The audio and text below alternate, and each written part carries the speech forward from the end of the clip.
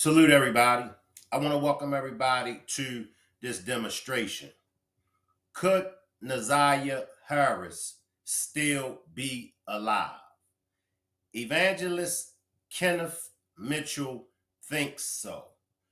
Before we get started with this demonstration, let me read my copyright disclaimer. Copyright disclaimer under Section 107 of the Copyright Act of 1976. Allowance is made for fair use for purposes such as criticism, comment, news reporting, scholarship, and research. What that means is that everything that you hear in this demonstration is for entertainment and educational purposes only. Let me welcome my Facebook family and friends to the demonstration, and we're gonna chop it up. Salute to my moderators. Salute to the replay gang. Salute to the chat. Salute to you, him, and her. Salute to the whole Rock Squad and other content creators and subscribers. Now, let me shout out Miss Parker before we get started. We're going to be doing a recap of Miss Parker's demonstration with Kenneth. I think that Miss Parker done an excellent job. Me being a content creator, I know the ups and downs with being a content creator. It ain't easy. It ain't easy. So I will say this to my subscribers as well as all of the other subscribers. Y'all have to allow the content creator, especially when the content creator has a guest on the panel with them. As subscribers, y'all have to keep in mind, y'all have to listen to the content creator.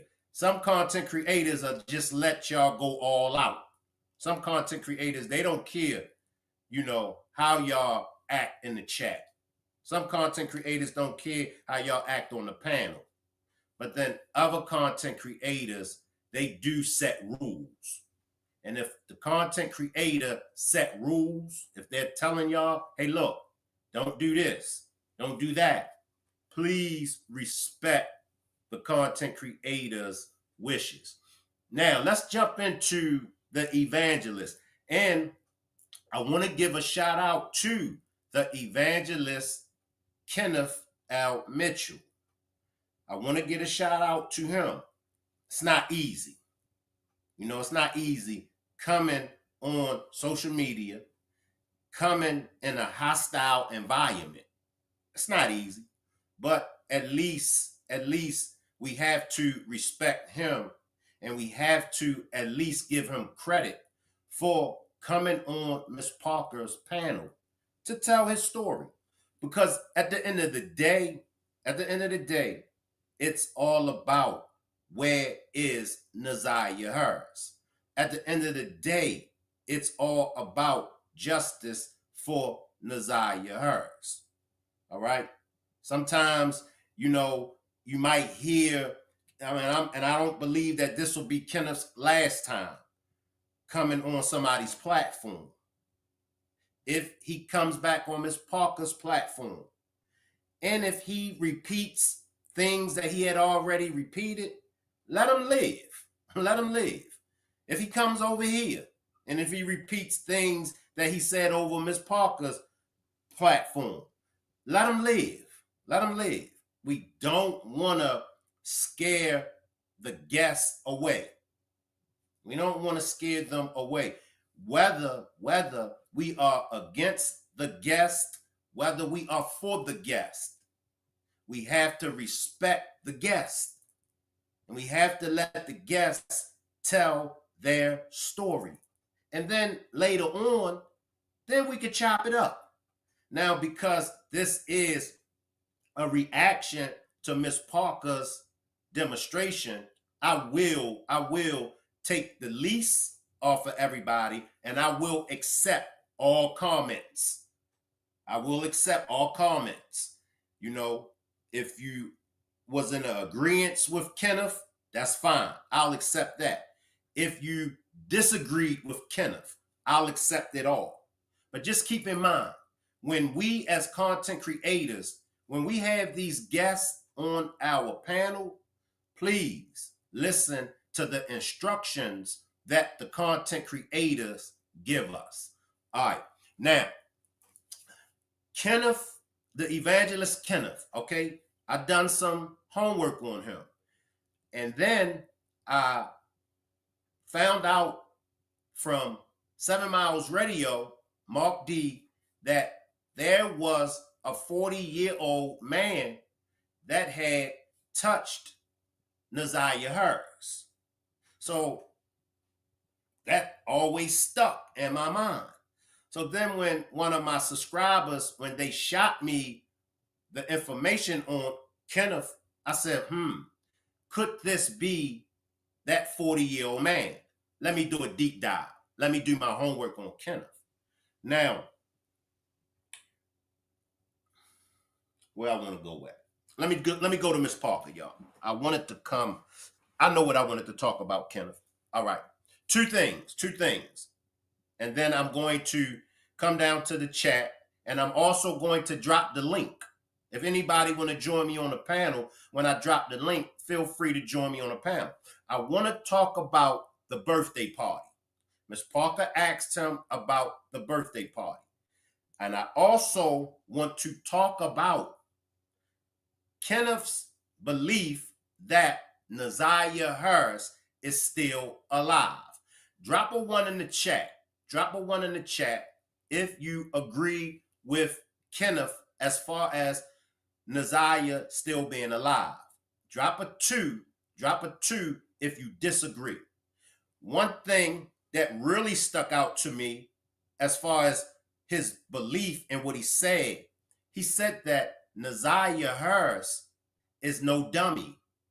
He said Naziah Harris is, a very intelligent child. The children of today, they aren't the children of our time. During my time, I didn't have the technology. I didn't have the computers and all the things that these children have access to today. My technology was off the porch. My technology was the streets, right? Well, today's children, they're not really too much outside. They really much on this technology thing. Could it be that Naziah Harris was playing chess? There are a lot of children that are chess masters. So could Naziah Harris have been playing chess and not checkers? Could Naziah Harris been 2 steps ahead of her ops? Keep that in mind. I want everybody to keep that in mind, because as Ms. Parker said, Kenneth, he definitely gave us food.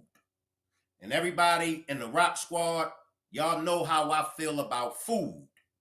If it's gas station food, we leave that gas station food at the gas station.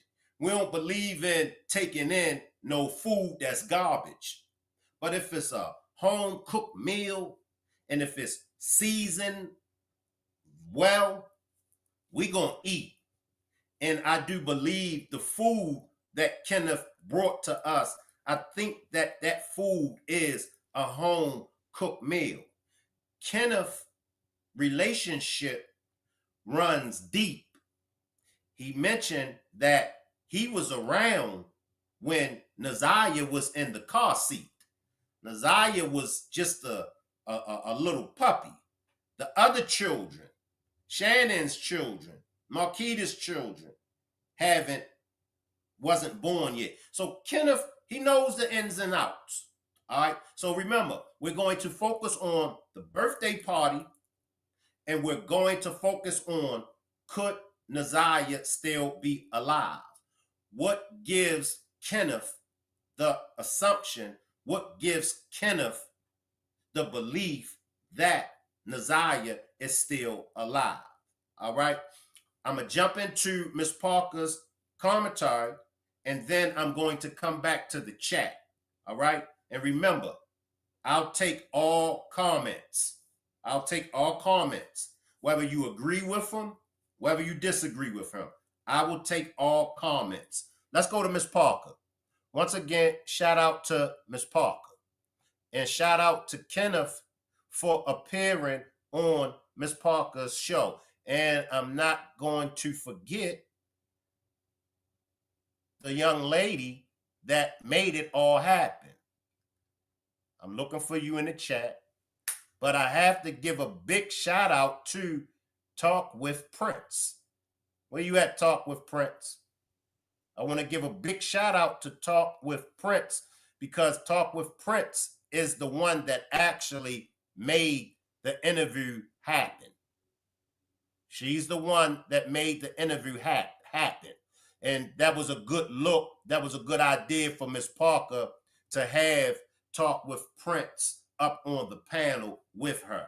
So a big shout out to Talk with Prince, a big shout out to Miss Parker, and a big shout out to Kenneth. All right, let's get into Miss Parker's commentary. There she go. There she go. Salute, Talk with Prince. Appreciate you. Definitely appreciate you. All right, let's get into Miss Parker's commentary. And if you have a question or a comment that you want me to get to, but I'm not getting to, just grab a super chat. All right. All right. Let's get into Miss Parker's commentary and Talk with Prince, because Talk with Prince was asking questions too. All right. All right. Let's go. You're the man of the hour. So in the text messages in court, because I don't see Naziah in this picture or whatever. I see that one of the text messages is Naziah asking,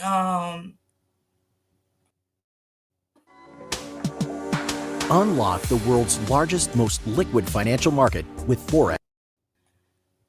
Telling Jarvis to come down. They're cutting the cake. Come on, they're cutting the cake. And we never seen Naziah in this picture. And so can you kind of take us back to the birthday party? And because Annette said at the court, he was never in the house, never. He only pulled up outside. He was never at home. But in your video that was so captivating, he's in that house. And she asked him, was he doing a flyby?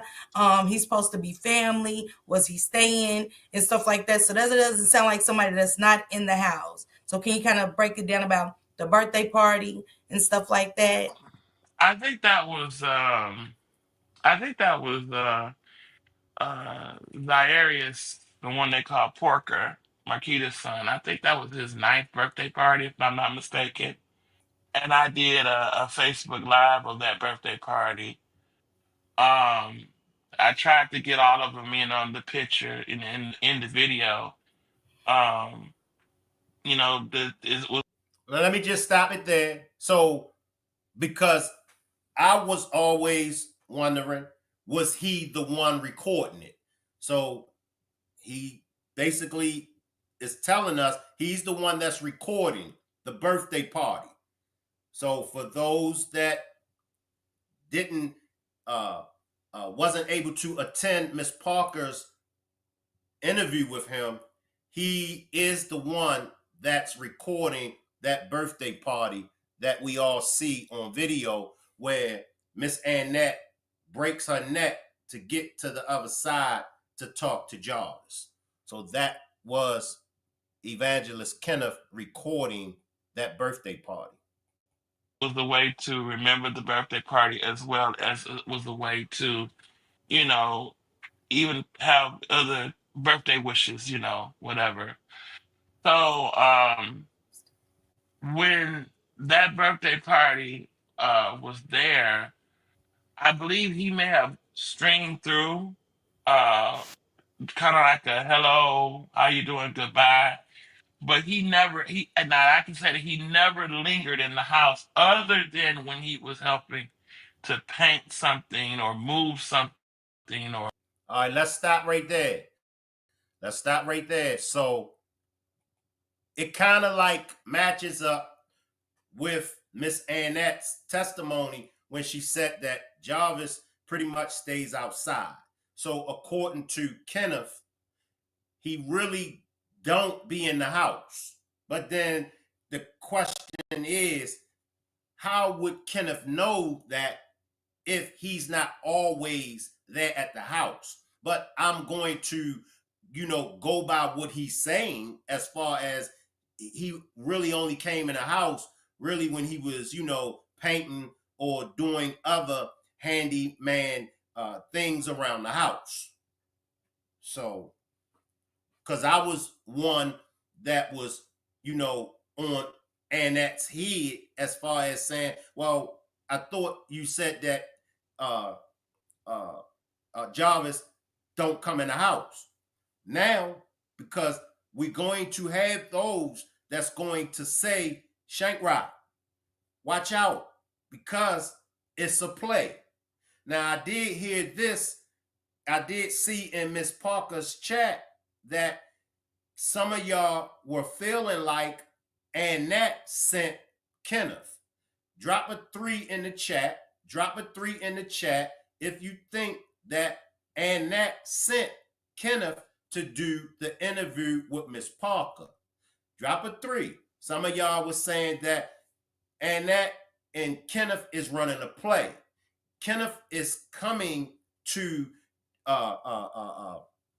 cover for Miss Annette. Now we're gonna stay with Tudor. Okay, Tudor feels that way.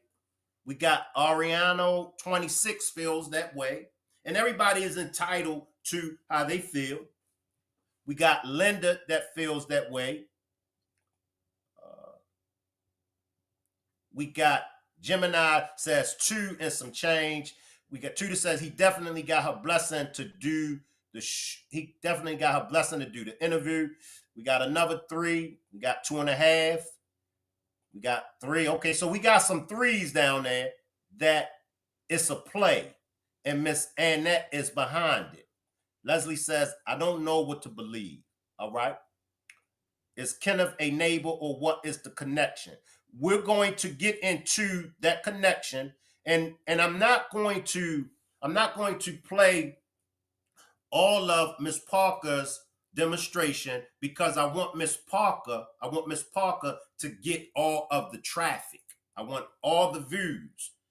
So whatever we don't cover in this demonstration, go to Miss Parker's interview with Kenneth.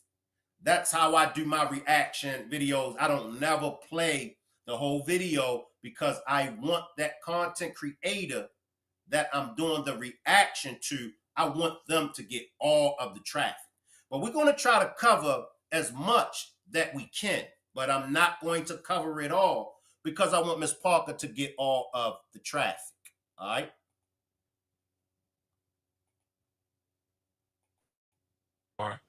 Or do some heavy lifting that maybe Annette could not do. That's the only time he was in that house. I mean, he really didn't just sit there and do no chilling in that house. No, he didn't do that. He was always a fly through because he had to go back to that job he had. He was working over there on Warren.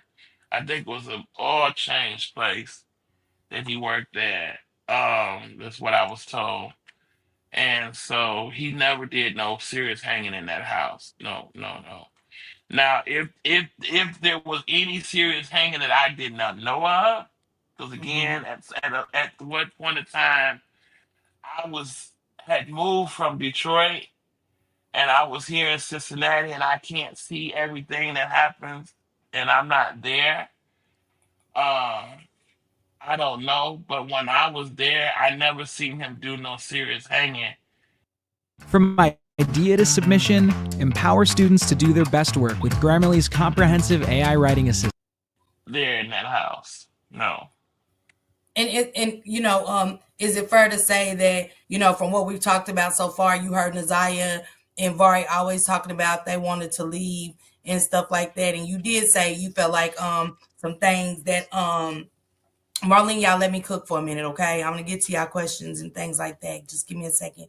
But you know, you said it was fair to say that Annette could have listened more to them and things like that. And you never felt like it was nothing more than just her needing to listen. You get what I'm saying?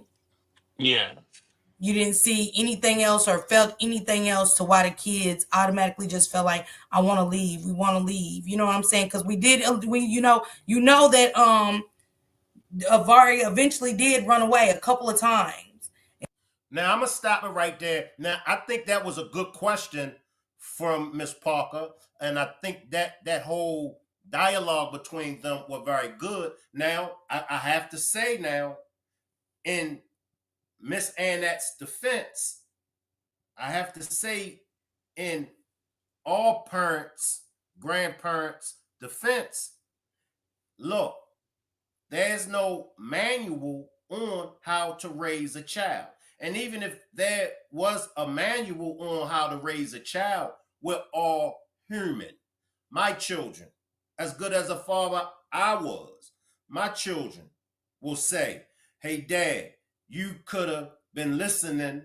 You didn't listen to us. Whoop-de-woo, woo-woo-woo. And I'm sure all parents get that from their children once or twice. Hey, Mom, I just wanted you to listen more.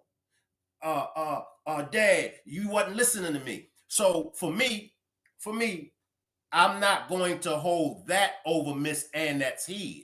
Now, I ain't taking up for, but in this case, I can understand, but we're getting somewhere. We're getting somewhere because he's painting the picture. He's painting the picture that they were neglected as far as Miss Annette not listening to them. He's also going to speak on the pressure that was put on Vari and Naziah. Shannon's children had both their mother and father. Marquita's children had their mother and father. But Naziah and Vari, they didn't have neither one of their parents. And that hits hard. That hits hard for a child. Can you imagine growing up with a family? You know they were treating them differently. They wasn't getting no hugs from their mother. They wasn't getting the birthday celebrations from their father. The mother would come around, lady would come around periodically, but we all know ain't nothing like a mother's love. Nothing like a mother's love. So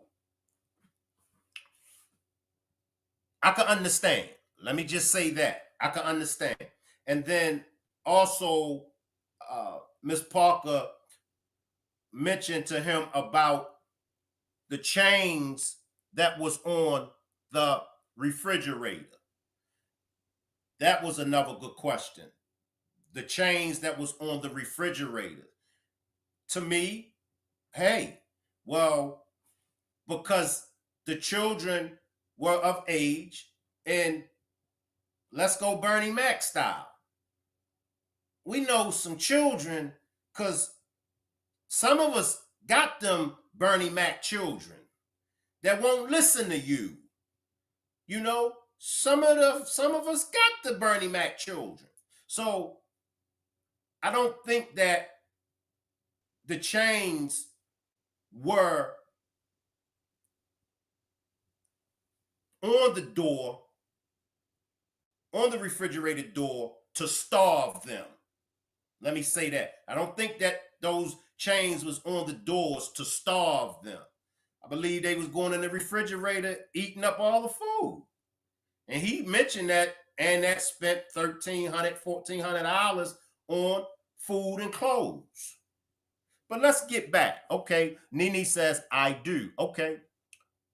Annie says, agreed. Let's get back. Let's get back, y'all. Let's get back to Miss Parker talk with Prince and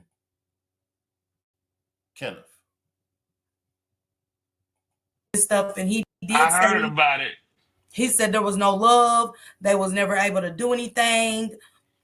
You know, he didn't say anything about touching or anything inappropriately, but he did say that there was no love, there was no affection and stuff like that. And also coming up on some of the text with Jarvis Butts, because now I want to kind of get into Jarvis just a little bit. Naziah did ask Jarvis for tampons and pads and stuff like that. You know, I'm just saying sanitary products. And, you know, if you're getting love and attention in the home, you're not going to ask a stranger, not when it's a house full of women, for sanitary products and things like that. So how bad was it when you was there? Like, I get you're saying, and you know, I know y'all, you're still cool with the family, so I don't want to like make you really throw them under the bus or say anything, but it had to be something, Kenneth, to, you know, make Naziah venture out to start being groomed by Jarvis Buds. I think, I think that, and I've always felt this, and this even from my own growing up experiences, that there are people that are strict. And I think it's sometimes hard to measure the strictness level. Because to be too strict can be just as bad as not being strict at all. And I think sometimes that's hard for people to gauge that. And I even heard Florentino tell me, they were not allowed to do certain things when they were growing up. Things that I did, you know, I had company come over, I had, spend the nights, I had, stuff like that. So there's some things they were not allowed to do. And there was a strictness level there, and I think sometimes maybe a little too strict, but whatever it is, that's I never put myself in nobody's shoes to be there, be parenting, but I just think that there's some things that, you know, maybe was a little too strict, um, which can sometimes be a trigger that would cause people to want to not be around, um, or to not live under that type of dictatorship, because in order to be a leader, you must be a follower so that you know how to gauge certain things. But if you never allow yourself to be a follower and you're always the leader, then you it's like a pastor at a church. If the pastor don't listen to the members, how can he properly shepherd them if he don't know what his sheep needs? Yeah. And So you did can't you Florence, can't assume you can't assume that you know. You have to know that you know. um, so what did Florentino ever say anything exactly what she was strict about and things like that? Did he ever break down anything that he felt like? Because we heard at 40 years of CPS that Annette did lose all her children, and like she had some CPS cases. And I want to be honest, she had some CPS cases, and that most of the kids did run away. And all your kids for generations, you know, I'm just being honest with you, and you're a spiritual man, Evangelist Kenneth. So we just got to be honest and transparent that all kids aren't running away just because you're strict. Now, before I let him answer that question, I want to speak on his relationship with Florentino. For those that don't know who Florentino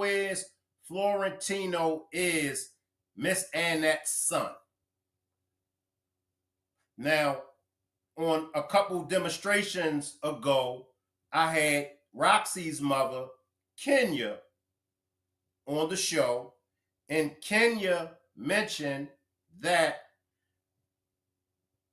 Evangelist Kenneth S.A.'d Florentino. Florentino says that Evangelist Kenneth says him and Florentino was in a committed relationship.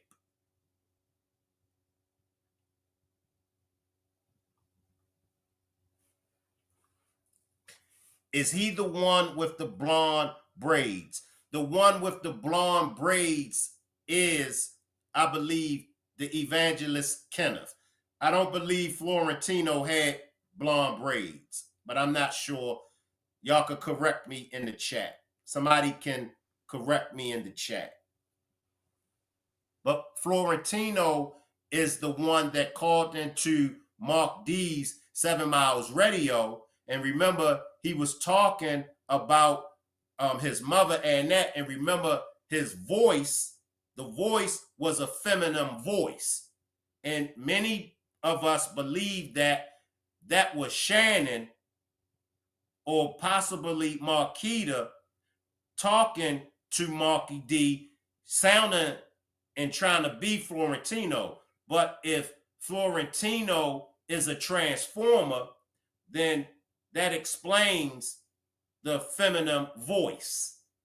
And see, this is why I said with the Evangelist Kenneth, he gave us some food. He gave us some good food. And we always have to keep in mind, whether we think these guests are lying, whether we don't like these guests, we have to accept the food that they give us. Now, I ain't going to say that all their food is going to be home-cooked meals. Some of the food might be that gas station food. But I do believe that all of the guests, all of them, I do believe that they do give us a home-cooked meal. That's just my opinion. But Kenya mentioned that the Evangelist S.A.'d Florentino, but according to the Evangelist, they were in a committed relationship. And also, if Florentino is a transformer, then that's going to explain the feminine in his voice.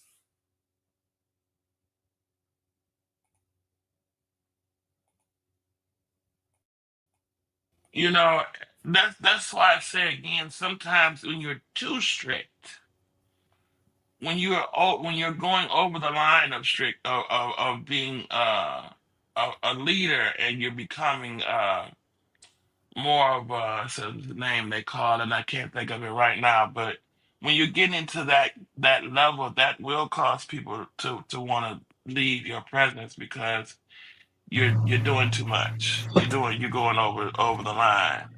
Can I cut in real quick and just ask you a question to kind of piggyback on what you're saying?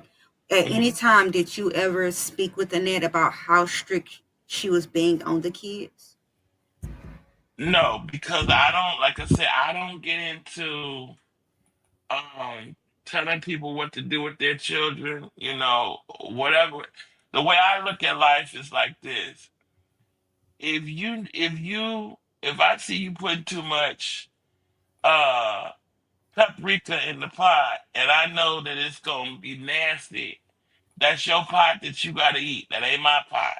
That's your pot. And so I don't get involved with trying to tell people, how to raise their children. I just know that there's some things that I wouldn't do, and there's some things that I wouldn't even subscribe to doing if I were in those shoes. That's just me. But I don't get involved with telling people how to raise their children. That ain't my lane. I stay in my lane. So, but you never seen anything with all the abuse that that the world is learning and America's learning. You never seen anything that they're putting out, because it seems like it's been going on for a very long time. Kenneth, and I do want to get into something that did come out in 40 years of CPS. So you never witnessed anything, or did you just turn a blind eye? Can you be honest and say, maybe I did see I know something, but the only thing, like I said, is I've seen was the strictness, and I often commented to other friends about, that probably a little too strict. All right, we're going to stop right there. Another good question. Another good question from Ms. Parker. Did you see anything? He says the only thing that he saw was just the strictness. How many of y'all agree with that? I'm going to drop my link. I'm going to drop the link. And if anybody want to join me on the panel, please feel free to join me on the panel. Now, Ms. Parker asked him, did you see any of these things going on? Now, according to him, he was definitely active. He was definitely active with Florentino. He said Miss Annette was like a mother to him. He was always driving them places. So are we believing him as far as him not seeing anything? Foxy says, no, I don't agree with the strictness. Gemini says, what do you mean by strictness, though? Salute, Yvette. Family, please share the live out and hit the like button. Salute, Marty. I see Denise. Nene says, the household seemed groomed. Crystal says, she, of course, was going to be different when he was around. Good point. Good point. And I believe Ms. Parker even mentioned that, as far as some was saying that at times she was acting holier than thou, and then at other times that cussing will come out, I believe, right before they make prayer. And we know a lot of people that play holier than thou. All right, we got Mel joining me on the panel. Salute, Mel. Talk to me. Salute, Shank. As we're going back on, just kind of recapping from Miss Parker today, which was really great. I was trying to work and listen and all this kind of stuff, and then had some moments to hit the panel, and I made sure that my questions were intentional. But now that I think about it, this is a question that's in my head right now, and just based off the intentional questions that I asked him, and hey, Miss Parker. Miss Parker is here great because she keeps a lot of notes, but my mind thinks. But he said that he didn't have a family, so he kind of took them on as a family. And so there was some discussion about, you know, Florentino. But now that I think about it, I think I can recall, and maybe Miss Parker has it in her information bank as well. I want to say he stated that he met Florentino on a chat, on like a little website or a chat. But now that I think about it, if he was around so long, because there's when someone is like nearly 10 years older than the next person, a decade makes a difference. You understand what I'm saying? It really does. It may not seem like it, but a decade, because you've had that time to experience and learn and grow through other things, and then 10 years later something's changing. But I said that to say this: if he was always around them, because he didn't have a family, so, and then he knew, you know like Naziah and Vari, since they were like really young and there were no other kids around. And I want to understand, Florentino is Annette's son. Am I right about that? Correct. Did she raise him? I'm not sure. Okay, Not sure. and the reason why I'm asking that is because if she raised him, then he had to be around Florentino before he met him on the chat. Right. I see where you're going at. I You see see where where you're I'm going going with at. that? See where you're going at. So I don't think so. Maybe he, you know, in my analogy of all this, it seems that the grooming of the kids started at the magic age of 9. Everything is about nines. Mm-hmm. The birthday party, the little boy was turning 9. Mm-hmm. And who was at the birthday party? I forgot who. That was Marquita's kid, right? So he's Yes. 9, and we got you there, and we got Jarvis there, right? So I also asked about how old was Vari, and I said, was he about 10? But he said no, and went under 9 and said 8. And and that came to me because he stated that at 13, Vari began to think that he was bisexual, and I'm thinking, what 13-year-old knows that? Unless they've been exposed to something else, whether it's touching or just the atmosphere. So now, just here listening tonight, and you're recapping, and I was listening to a question that Miss Parker asked. The light bulb came on, and I do remember him saying that he met Florentino on the chat. This But is how correct. could you meet him on the chat if you were always around the family? So how old was Florentino when he came into the family's life? Because he didn't have a family, and I think it was all through the church. But that's another story. But so how old was Florentino? Really? And did you I don't know. I just thought about that. I don't know if it makes sense, but I just thought about he did say he met him on a chat or some type of website. But if you was always around the family, so did Annette raise him, or did he live with someone else, and you just so happened to meet him on a chat and then realize that was her son, or and with the age difference being again that decade, that mean you were 18 or 19, and then that would make Florentino like a young 8 or 9 year old boy in the church. Does that make sense? Good observation. Maybe when Miss Parker speak, maybe Miss Parker, maybe she can clear that up. But excellent observation. Okay, I yield the floor to Miss Parker. Hey, salute, Shank. I'm just listening to the question that what was you asking just now when you paused the video? What was the main question when I got up here? That I asked. No, Was you ask? she was talking about her question. I forgot what it was because I was just listening at your comment at what you were saying, but you were asking. It's almost like when you first started and you were asking, and I think that's when he was probably explaining to you how long he had been around the family.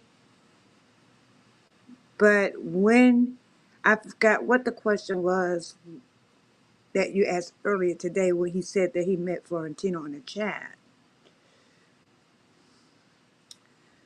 But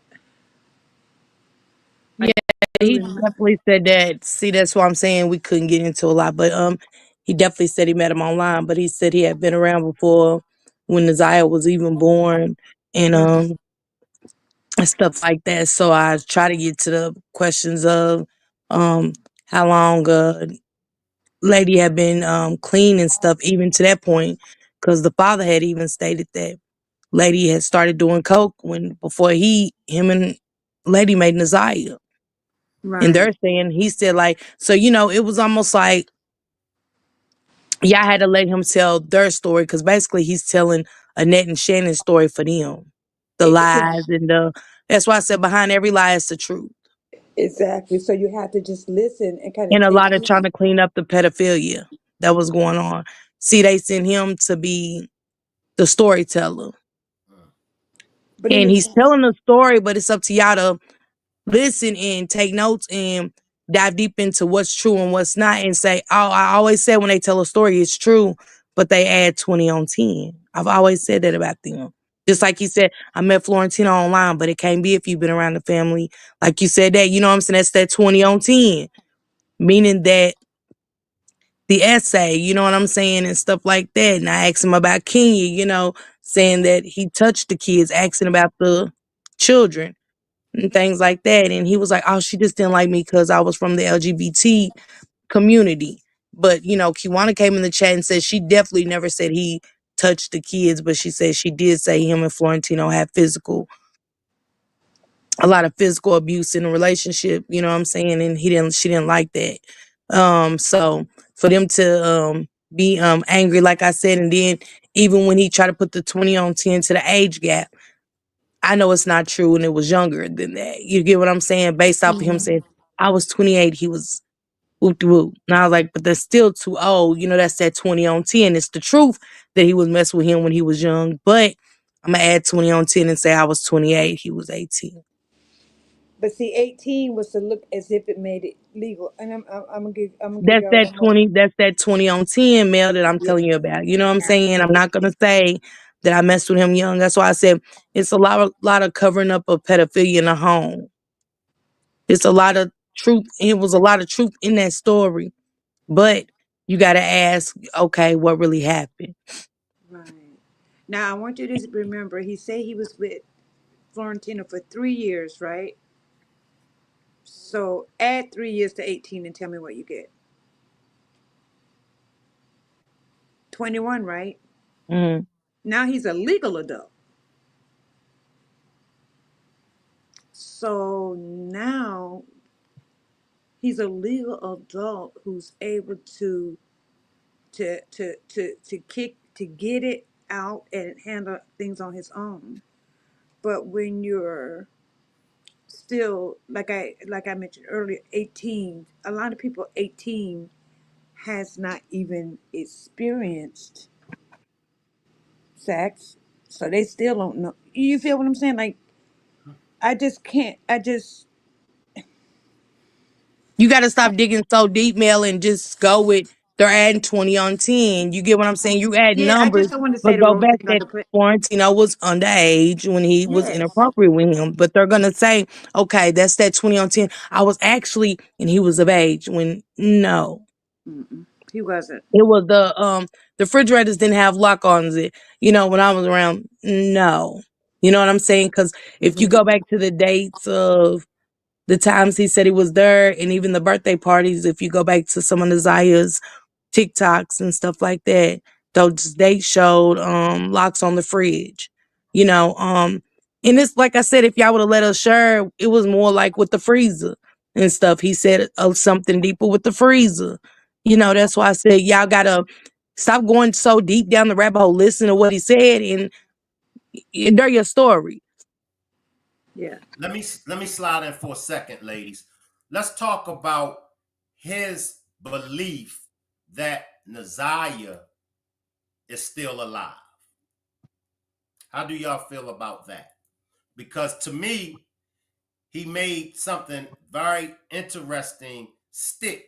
And that's what I spoke about earlier, as far as Naziah could have been 2 steps ahead of her ops. Shannon, how do y'all feel about that? She could have had some help, and because and the reason why my thought process went to that.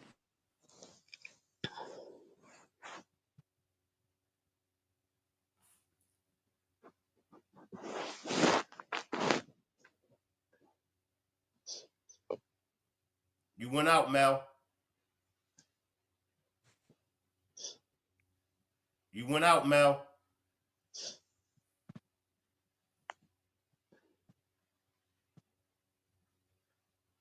While we wait for Mel to come back in, let Lisa come in. Salute, Lisa. Was you able to hear the interview with Miss Parker and the evangelist Kenneth?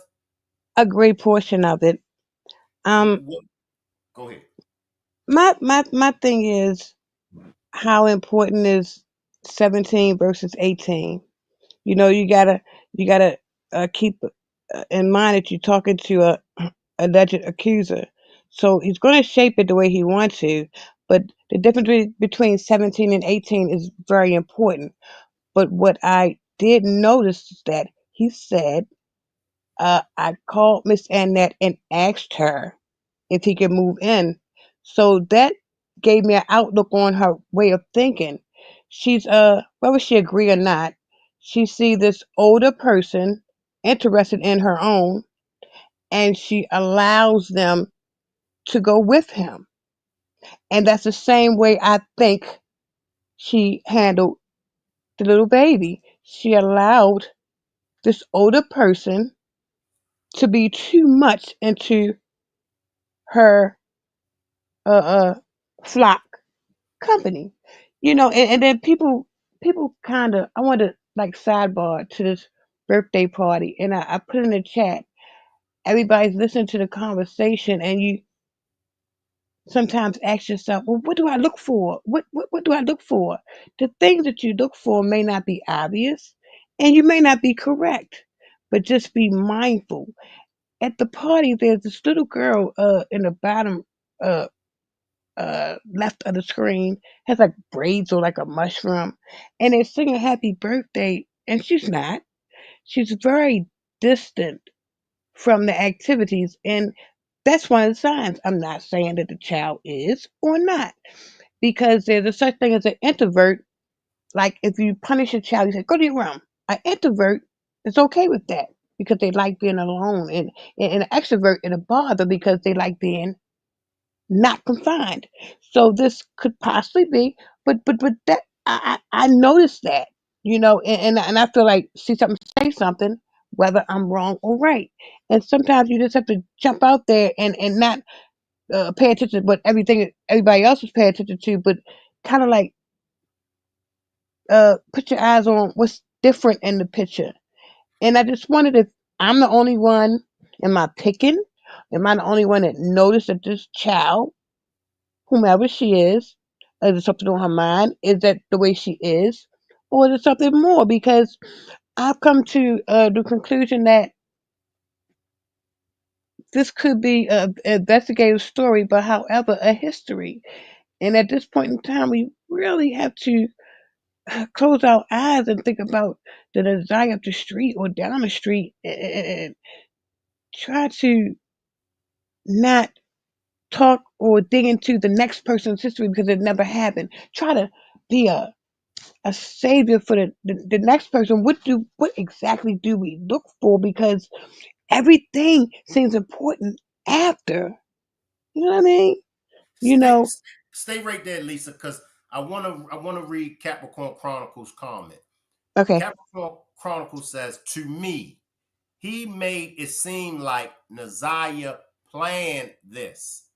He also said, sometimes when you're young, you have to do things you don't want to do. So Mm. it's very confusing to believe a 13-year-old set all this up. Wow. Once again, could Naziah Harris had been playing chess? Could Naziah Harris been 2 steps ahead of her ops? Could this be a play? Could Miss Annette Shannon, could they had given Kenneth the information that they wanted Kenneth to put out there? I'm going to go back to more of Miss Parker's commentary, but when I come back, I want us to focus on, could Naziah still be alive? Is the food that Kenneth is bringing to us, as far as her still being alive, is that gas station food that I spoke about? And we should go ahead and leave that gas station food in the gas station? Or is that a home cooked meal? Hold y'all thoughts. We're going to go back to Miss Parker.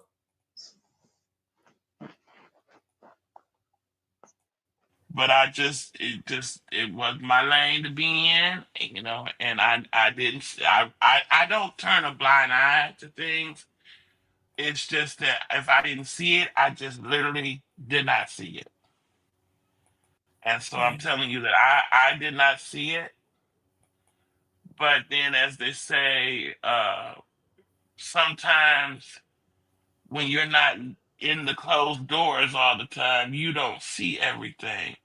But I didn't see any of that. And as far as if I'm hitting points, first and foremost, now Marquita and Shannon is grown women, right? So as a grown woman, whoever you choose to screw, that's your own business.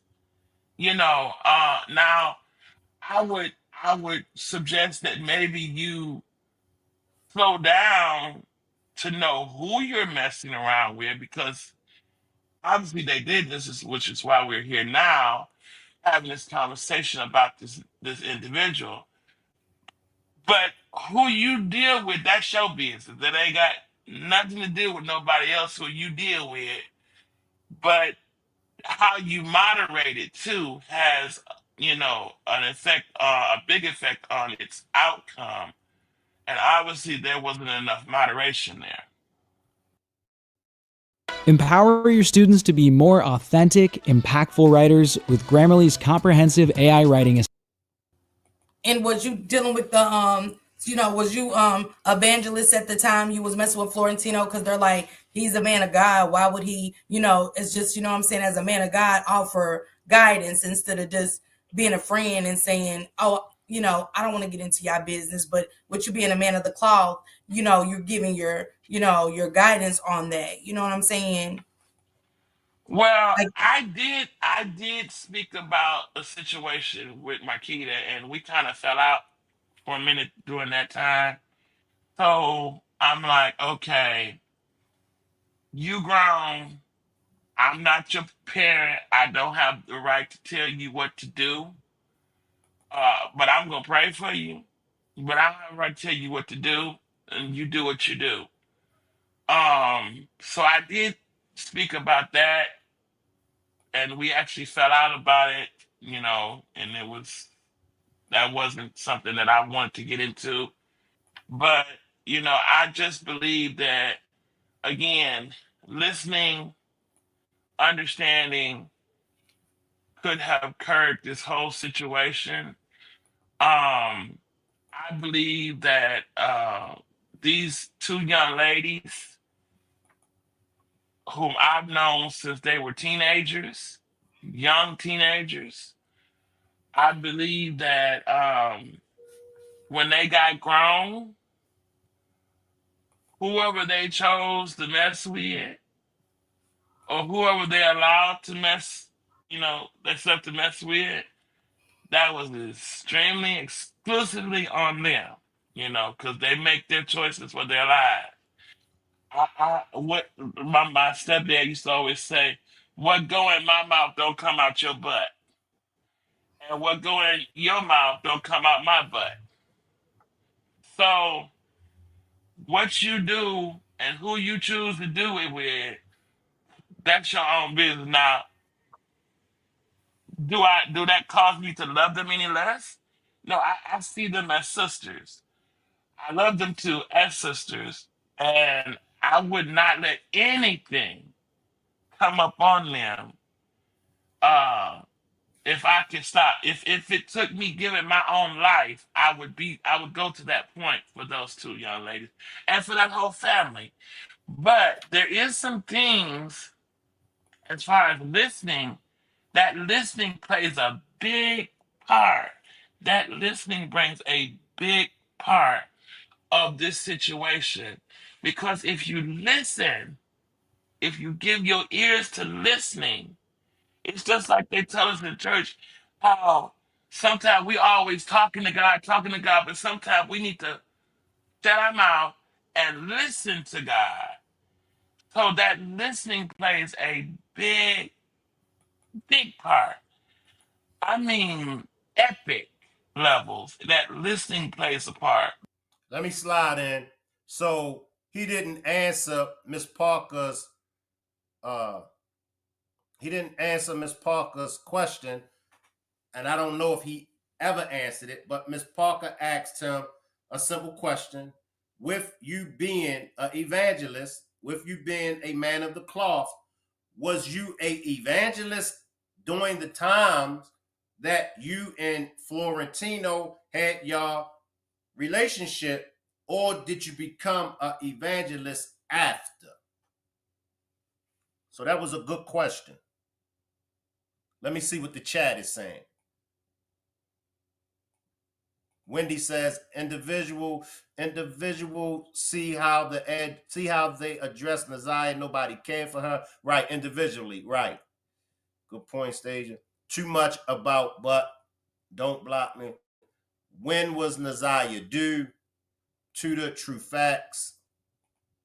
That man is their friend. He lived next door and he had to be in their case. He was having, you know what, with that baby girl in that basement period. And that's another thing. That's another thing, because we still can't get around the comment that 7 Miles Radio Mark D made about a 40-year-old man touching Naziah. And then we heard the evangelist, tell Marky D, look, you might want to go ahead and back up off of me because I got some dirt on you. Now, if the evangelist Kenneth, if he did touch Naziah, that's going to open up some other can of worms. And I don't know if Miss Parker asked him that. Maybe, behind the scenes, or maybe if he comes back on the panel, or Kenneth, if you're watching, maybe if you could find a way to clear up that. Can you answer that question? Are you the 40-year-old man that Mark D spoke about touching Naziah?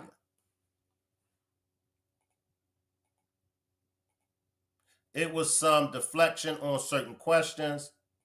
You listen, talking in riddles can be signs of her not being alive. Nobody in the case. Nope, he never answered. He posted his certificate. It's giving Annette praying and cussing out the children at the same time. And see, Shank sounds like he skipped to speaking about the twins. Correct. Okay, so we on the same page. Evangelist pissed me off. Sorry, Miss Parker. I've always wanted that too, because if you don't have a body but have these scattered clothes, that's not enough. I'm just saying anything is possible at this point. This can be a damn Showtime movie. I know it's real. And I'm going to have to skip over some of y'all comments, so I do apologize. Just to keep up with the chat. Now, this is what I will say.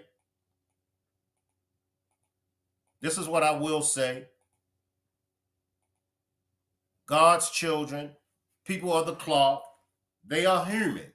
We are all human. And we all make mistakes. However, if you are going to be leading prayer, then profanity is a no-no. Profanity is a no-no. You can't use profanity and then turn around and give prayer. If you are a man of the cloth, yes, you're going to make your mistakes, but it's an abomination to God for a man to lay down with another man. I believe that's in the laws of Moses. And I believe what's the law of Moses? Deuteronomy? I believe it's in Deuteronomy. So for those that are out there that, are thinking about becoming a man of the cloth, it's certain things that you cannot participate in. It's just certain things you can't participate in. All right? Let's get back to more of Miss Parker talk with Prince in the evangelist Kenneth. And I'm not going to hold y'all that much longer. I do believe Miss Parker, I'm not sure, but Miss Parker will let you all know. I know Miss Parker mentioned that she's drained and she's tired. And so she don't know if she's going to do her all-nighter. She don't know if she's going to come back on live. But Miss Parker, you could let everybody know. Mr. Shank, I was just getting ready to text the same thing you said. Okay, let's get back to Miss Parker, talk with Prince and the evangelist Kenneth. In this situation. Okay, so we was talking about, you was like, I can't tell Shannon and Marquita who to mess with and stuff, because I was strictly talking about Naziah, but I get it. But as you said that, I want to get to you, because you and Florentino dated for like what, 4 or 5 years? You said 3.5. 4. Okay, so Capricorn Chronicles, that answer your question. So you come along and then boom, you meet another guy by the name of, let me get it right, Kenneth Greer. That was before Florentino. That was before him. Okay, I'm glad you said that. Me and Kenneth Darnell Greer, we was together from 2003, March 6, 2003 to... Therapy has always been such a scary idea to me because I simply did not know where to get started. I didn't know how to find my person. October 16, 2006. Well, let me ask you this, because we did get into the meat and potatoes of Kenneth Greer, because in the 40 years of CPS that and we'll get to the 7 Mile Radio guy too. He came up in this. They said that Naziah messed with an autistic guy, an older autistic guy, and it was stated that Kenneth Greer did have SA. Go ahead, talk with Prince if you want to get into that. I want you to get into that. Okay, so you did share with us that Kenneth Greer, whatever his name is, he was an SA offender, and that you dated him, and you didn't find out immediately once y'all started dating. You didn't find out until months after y'all had been dating that he was a SA, a SO, and at that time you still did stay with him. But you did not see him touch any kids during the time that you and him was together in that 3 to 4.5 year period, correct? Correct. Okay. Now you did say he, cheated or whatever, but it was with another adult. Yes. Yes.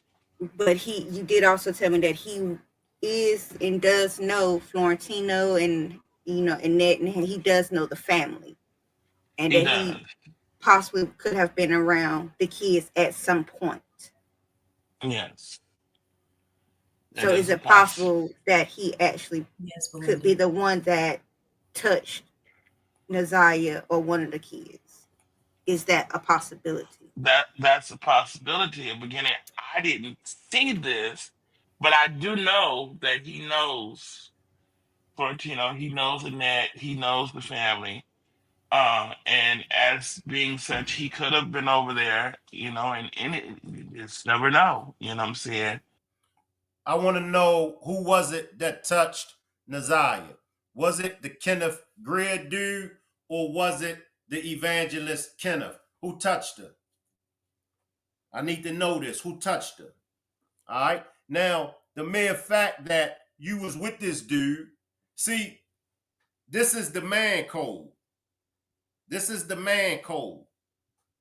We don't play around with children, period. That's the man code. And it doesn't make a difference as a man where you're at in life. Children are off limits.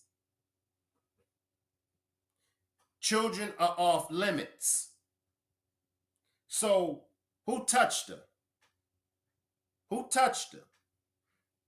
And this is why many of us, we're not taking up for Jarvis.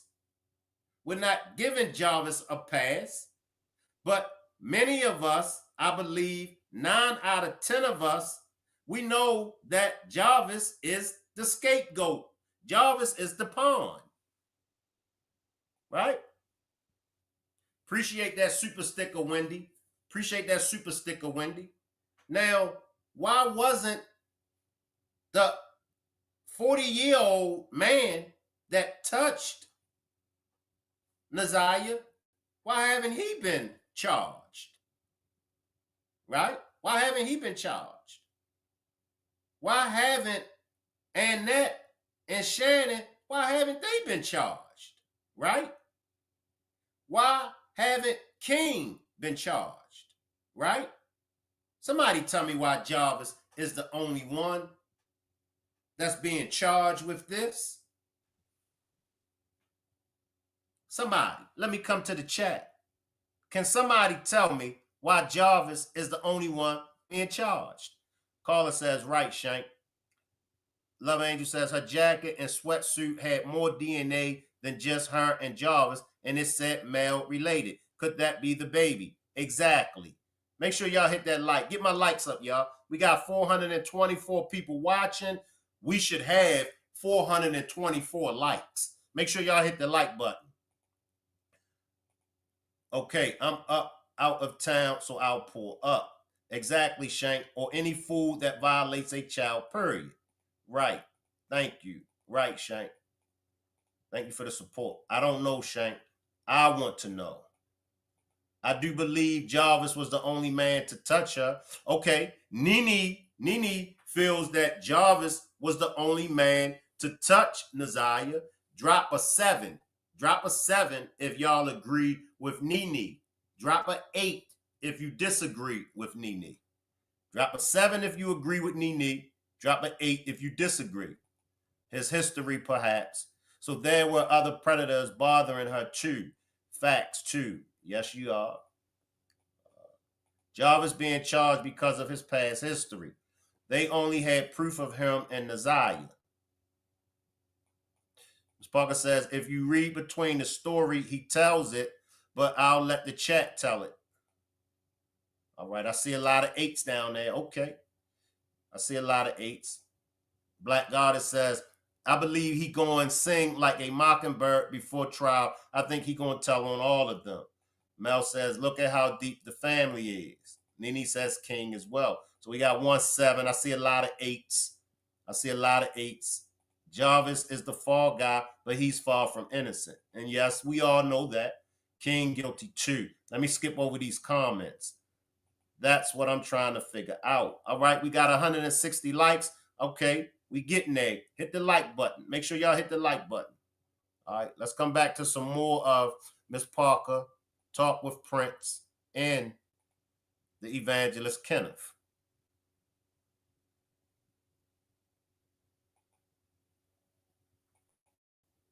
But I know this, that I never seen in it, because if I had have seen anything even conspiring to happen, I would have knocked him. I don't want to say that on this platform, but y'all get the gist, right? Yeah. I would have But I just circled want to, him around the moon. yeah, but I just want to, because, I told my chat a while back when I was covering it that, every story behind every lie, it's a story that's true. And, you did state that Kenneth Greer was autistic.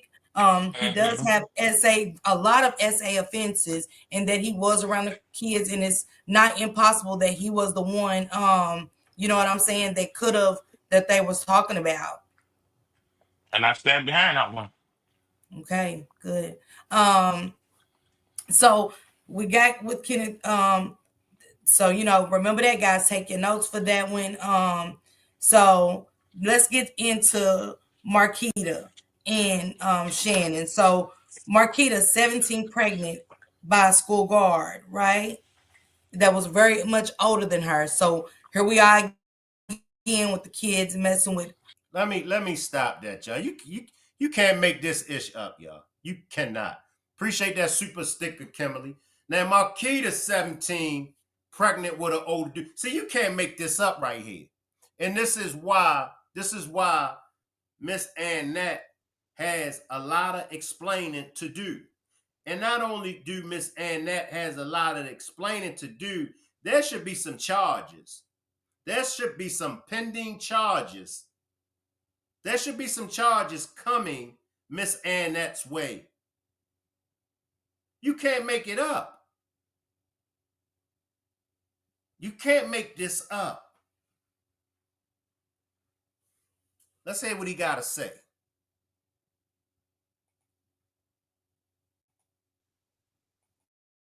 Older people, and things like that. Yeah, that is. Hold on, let me move this around my ear. That is very true.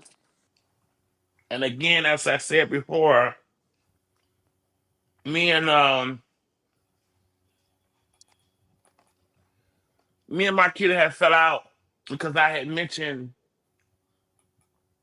how I felt about that. I didn't think that was too cool because first of all, this man is on the clock, and just in the legalism of it, you're on the clock to protect these children. But I queried that: are you protecting or are you participating?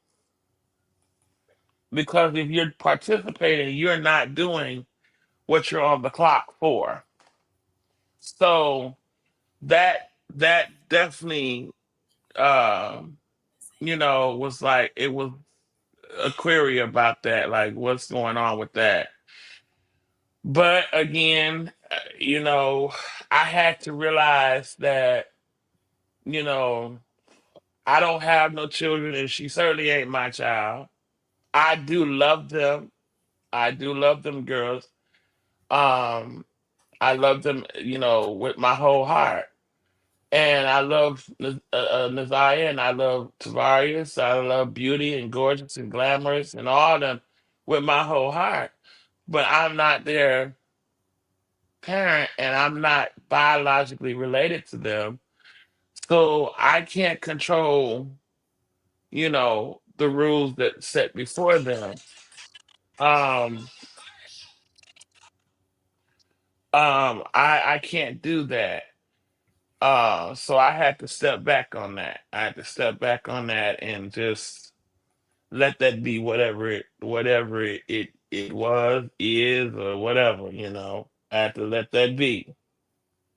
So, when did you find out about Kenneth Greer? Because I want to kind of go back to that. And did you, because you found out that he was a an SO, a sex offender.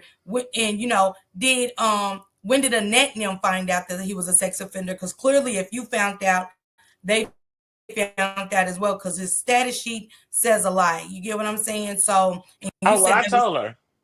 okay, so she did know. I told her. I told her. And here's the thing. Now, by the time I had met Florentino, me and him had been separated. We broke up in 2006. I didn't meet Florentino until 2009, about 2009, 2010. So we had been separated for a while at that point.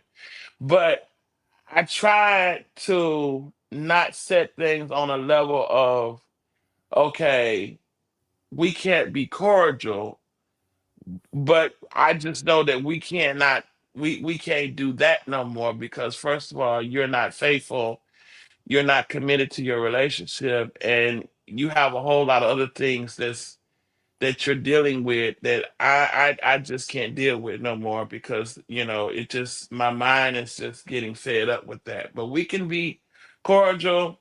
Hey, how you doing? Blah blah blah, and that's it. So, Nothing more, nothing less. So so Annette was made aware that Kenneth Greer was an offender and stuff like that, because she did state that, the guy was autistic, but he was too autistic for them to press charges. And back to Marquita, did she press charges on the guard that, her older man is, what I'm saying, impregnated her daughter. So we have another older man in the picture. Did she press charges? I don't think she did. I think she was more excited about just the having another grandchild. Um, I think that was just her excitement of just having another grandchild and just wanting to embrace him the way she wanted to embrace him. And so I don't think it even came up as a topic that, this being a guard and he's supposed to be the one protecting them from this, and he ended up being a part of the whole thing.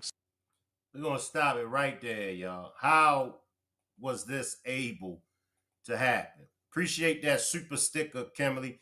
Appreciate that super sticker, Kimberly. We're going to spend the remaining of this demonstration chopping it up about, could Naziah still be alive? Could Naziah still be alive? I'm going to drop the link. If you join me on the panel, let's just stay on topic. Could Naziah still be alive? All right. We have the prosecutor, Kim Worthy. We even have the judge in this case. Believes that Naziah is deceased. Even before the evangelist Kenneth came on Miss Parker's platform today, many of y'all believe Naziah is still alive. So let's chop it up, y'all. Let's chop it up. I'm telling y'all, they put that baby in a barrel. This is so sick.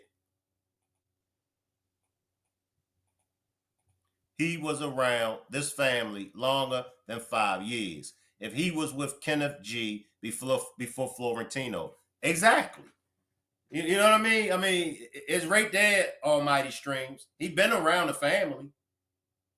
Because he was with, according to him, he was with the Kenneth Greer dude before Florentino.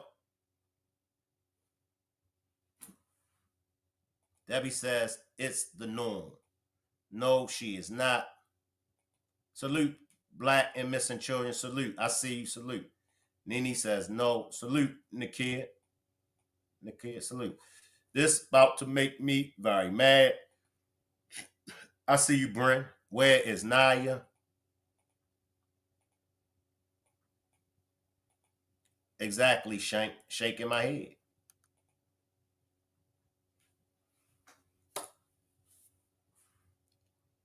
Ariano says, I believe he has knowledge of what happened to Naziah. Betty Bless says she has more trust in Jarvis, and I believe he would have said something by now. Salute, Kimmy. Salute, Kimmy.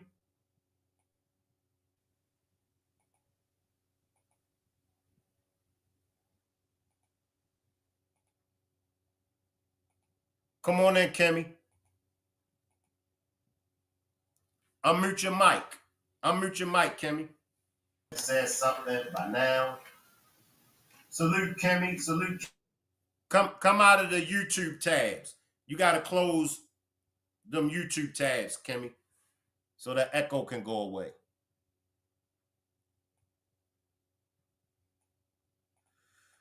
As much as I wish she was still alive, I doubt it, especially if she was last with Jarvis. Them Google searches. Come out. Them Google searches he was making in her passing shortly after was not a coincidence. Who are all these people? Glamorous, beauty, etc. What Annette said she called Naziah. Glamorous. They talk around her as if she is past. Salute, Nikki. Salute, Nikki. He knows everything. They his friends, and he's not going to tell much. No M charge can be thrown. Shane. Come on in, Kimmy. Can you hear me? Yes, come on in. Okay. So, if she is still alive, it is my belief that she's still alive so that she can save her child.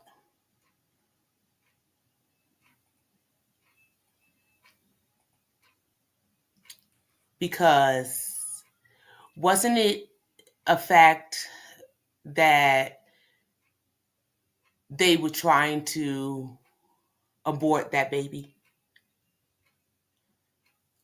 It's always been my belief that when she was trying to speak to that counselor at school, and I had spoken to Miss Parker about that.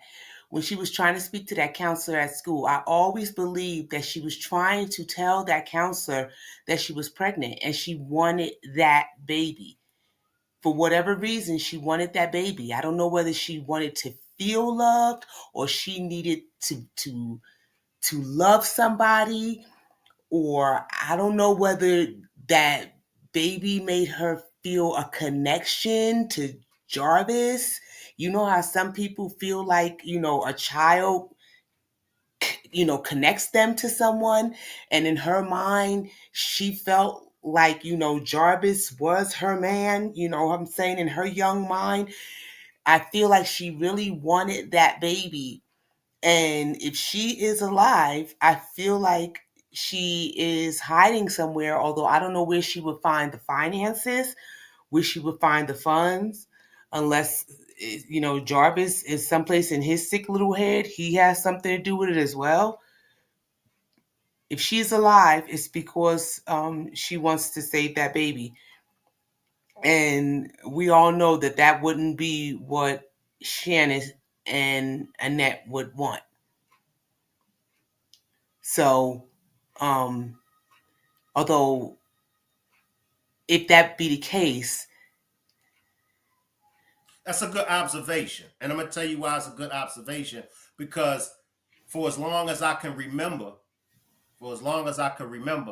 when younger girls, particularly between the ages of 12 to 16, that would be their reason when they would say, no, I'm keeping this baby. But you're too young. You won't know how to take care of her. Woo, woo, woo, woo, woo. And the 12 to 16-year-old girl would always say, I'm keeping my baby because now I finally have somebody that yes, I can love, and I finally have somebody that's going to love me unconditionally. yes. But we also want to think back to those text messages. And she would speak like she was actually in a relationship with this man. And then there was that TikTok she did where there was some song that was playing where she was saying that she was going to have a baby Mm. with this with she there was some song that was playing. She, in her mind, she was in a relationship um with Jarvis in her young mind. You know what I'm saying? 13 is a very tender age. It is an age whereas we, as adults, when we all think back, it's a very tender, tricky age. You think you know everything, yet you know absolutely nothing. And when this first started going on, a lot of people were saying, oh, she was so grown, she was so grown. That was us tapping back into ourself back at 13, where we was all being so grown, but we was yet so young. You understand what I'm saying? It's a very tricky, tender age. And that would be one of the only reasons why I would think she was still alive, because she wants that baby. Now it would be, messing with a lot of different resources, the cops, CPS, people that have poured their lives and resources into, trying to find her. But again, that's 13 years old. You're not thinking about, things like that. But who's ever helping her, however, that's where that gets to be tricky at. But that's just Let me my take on things. let me slide in. She's 13. Mm-hmm. She's dealing with her ops. She's on the level of outsmarting her ops. Mm-hmm. Jarvis is in her corner. Because Jarvis is not her ops, according to her. Right. And she goes to Jarvis. Could Jarvis be behind her disappearance as far as helping her and that unborn baby get to safety? I don't know. He absolutely can. He absolutely Possibly can. due And the to how reason the why he car. absolutely can is because I believe Jarvis, in his sick, twisted mind, somewhere in his sick, twisted mind, fell in love with this little girl. Stay right there, Kimmy. Stay Uh-huh. right there. Stay right there. I'm gonna let my new guest come on. Slide in, Nene. Come on in, Nene. Hi. So How I you? do kind of feel like something like that had to have taken place. I either feel like one, if he didn't aid her, something happened to where the car got damaged and it came back wrecked terribly. You know what I mean? So something happened that night. So one, some like one the cars, yeah, it could have been two things that could have happened that night. Something happened with the car though. I'm sorry about that. Stay right there. Come back in with that last thought, Kimmy. Cause see, and for me, I think that she's deceased. I think that Shannon unalived her. But I'm always willing to hear different opinions. Talk to me right where you left off at, Kimmy. So this is me saying, this is just me playing. I'm saying if she is alive, this would be my thought behind if she. This is why she would be. This is where. This is why she would be. Somewhere in Jarvis's sick and twisted mind, he fell in love with that little girl. Let's just call a thing. I Okay. believe that. I'm not trying to be mean. I'm not trying to be nasty. I am one of them people that believe that in order for someone to be beautiful, you have to be beautiful inside and out. Okay.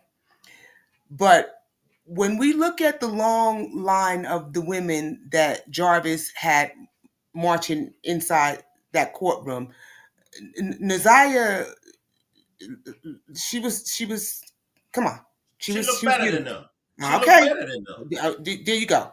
You said it. You said it. Okay, she was innocent. She was sweet. You understand what I'm saying? And somewhere in his sick and twisted mind, he felt like he probably could mold her to be exactly who he needed and wanted her to be. And that was perfect for him. So I have no doubt in believing that he had feelings for her. This is I true. have no doubt in believing. Was that right? Absolutely not. It was sick, it was twisted, and he was wrong up every single alley you can go up. But I do not think that Jarvis wanted her unalived. I do not. Do I think Shannon did? Yes. Because like I said, Shannon seen her niece as the other woman. And that was a shame because there were so many different other women. There were so many different other women. I don't know why she was picking on Naziah. I It's don't an understand easy. that. It's an easy match. I mean, come on. It's an easy match. That's her And niece. the fact that she was carrying his child. Yes. So, and just let me slide in briefly. Shannon's angle, no, this heifer did not take my man from me. I got 5 babies by him. No, this little heifer ain't gonna get away with taking my man from me. Well, heifer, you took the man from your sister. But see, whenever you have an opponent, whenever your op is a easy mark, it would be like taking candy from a baby. But her rage, her jealousy, that's what caused her, allegedly, that's what caused her to do whatever it is that she done to Naziah. Only in this situation, Shank, the baby took candy from her. Yeah, and see, to build off what you saying, in Jarvis' sick mind, we in the mind of a man that's a predator. Mm-hmm. A man that's a predator, it's all about control. All of us men don't have that problem. I'm not a predator. So I ain't into controlling no woman. You with me because you want to be with me. Because if I got to control you, that makes me less of a man. This is me speaking. But now we dealing with a man that's a predator. I got a young, pretty little thing. What man that's a predator don't want a young, pretty little thing? Unless, of course, and this goes deeper than anything. Unless, of course, that young, pretty little thing that was supposed to be Jarvis's, and that's the air quotes going up,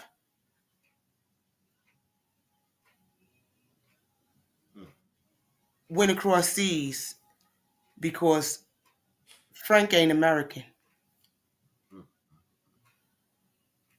Frank is not American.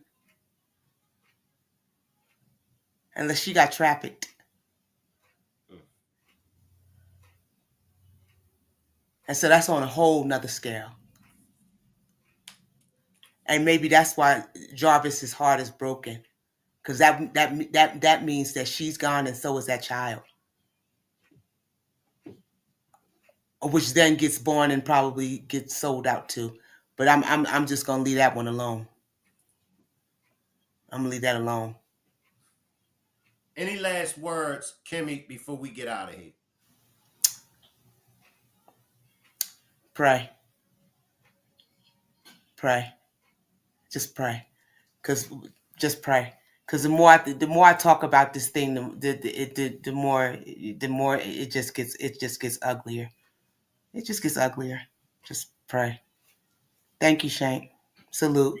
You're welcome, and thank you, Kimmy. Appreciate you for pulling up with me. All righty.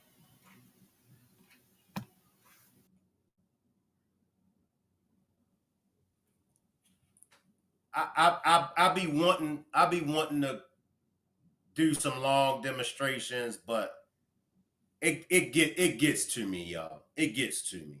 And I've been covering these cases for the last 3 years, and the best way for me to not get overwhelmed is to do these short demonstrations. Make sure everybody pull up on Miss Parker. Miss Parker is getting ready to go live. Now, shout out to the Evangelist, Kenneth. He heard the call. And he answered. For the rest of those that are involved, we want answers from y'all. Pull up on my platform. I got questions for y'all. Pull up on Miss Parker's platform. Pull up on any of these content creators' platforms that you feel comfortable with pulling up on. But we all have questions for y'all. Even if y'all want to BS us, that's fine. That's fine. Because as Miss Parker say, even when they BS, you can always find the truth. What they say, somewhere in the lie lies the truth. But we need answers from y'all. We need y'all to pull up. Now, I do know some of the family members are innocent. Some of them family members are innocent. And some of them want to come forward and speak. I know that much. Pull up on me. Hit me up on Instagram. My Instagram is Shank Rock. If it's a friend of the family, hit me up. Kenneth Greer, hit me up. Eric Gamble, hit me up. Marquita, Shannon, Miss Annette, hit me up. Florentino, hit me up. Or if you don't want to hit me up, hit one of these other content creators up. But we got questions for y'all that we need answers to. And that will convince me that at least y'all are trying to make this right. Because what happened to Naziah Harris, it shouldn't have never happened. It shouldn't have never happened. And we can't go back and change. We can't go back and turn back the hands of time. The damage is done. We can only make things right. We can only make things right. I appreciate everybody for pulling up. I will leave the chat running and you all can hang around. Salute, and I'll see y'all on the next demonstration. Make sure everybody pull up on Miss Parker in a few more minutes. Salute, everybody. I'll leave the chat running.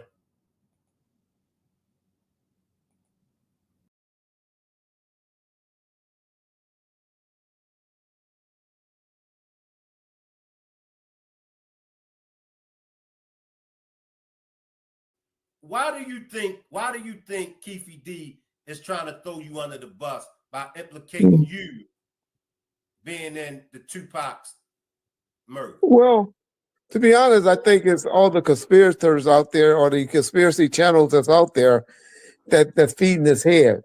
I saw that his son been dealing with this white guy. I want to call him assaulting, like I want to say, but this guy that got a wig on his hair.